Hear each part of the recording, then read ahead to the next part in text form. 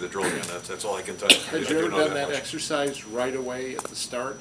I'm sorry? Had you ever done that exercise before right away at the start of winter Yes, drills? all 4 times. And one thing that was not in the report I read this morning, which I think should be included, and this was just someone's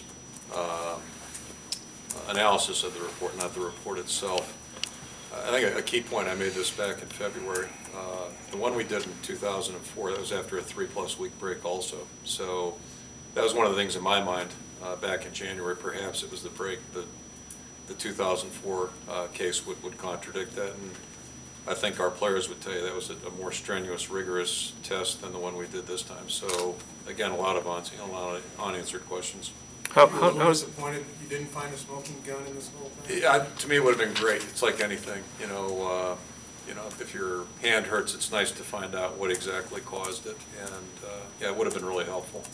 And again, the people on the committee were way smarter than I am, and the people that have handled this whole situation are a lot smarter than I am. It'd be nice to know, why this time and not the other 3 times.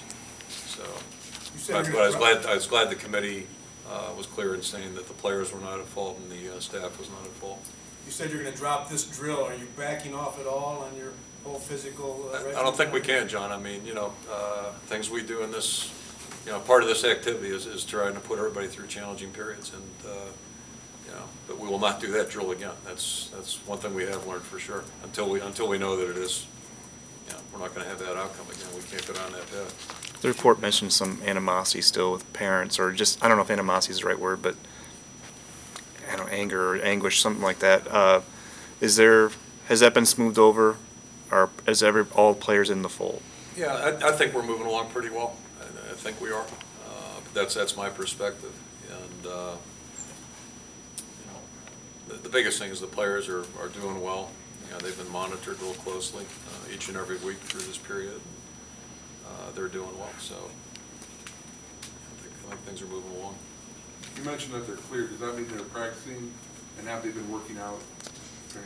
They've been working up to, none of them have gone through, they haven't been on the same level as the guys that were not affected, certainly. So, they've all been cleared to go now. And I'm not going to name names, but I will name one name because it was out there, Shane DeBona. Obviously, he's not going to go because he's had a shoulder repair. So, there'll be examples of that, but basically they'll all be out there.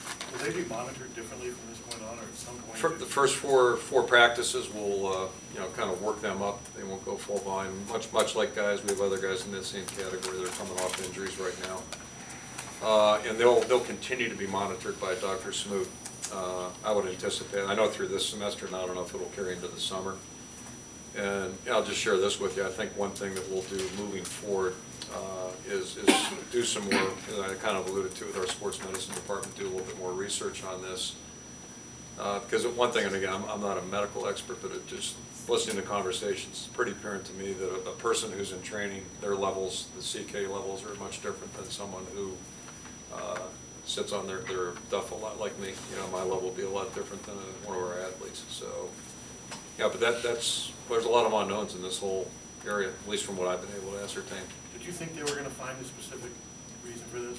I was not optimistic, but I was hopeful, if that makes any sense. So, as John just alluded to, it'd be nice to say, boy, that's what it's going to be, or that caused it.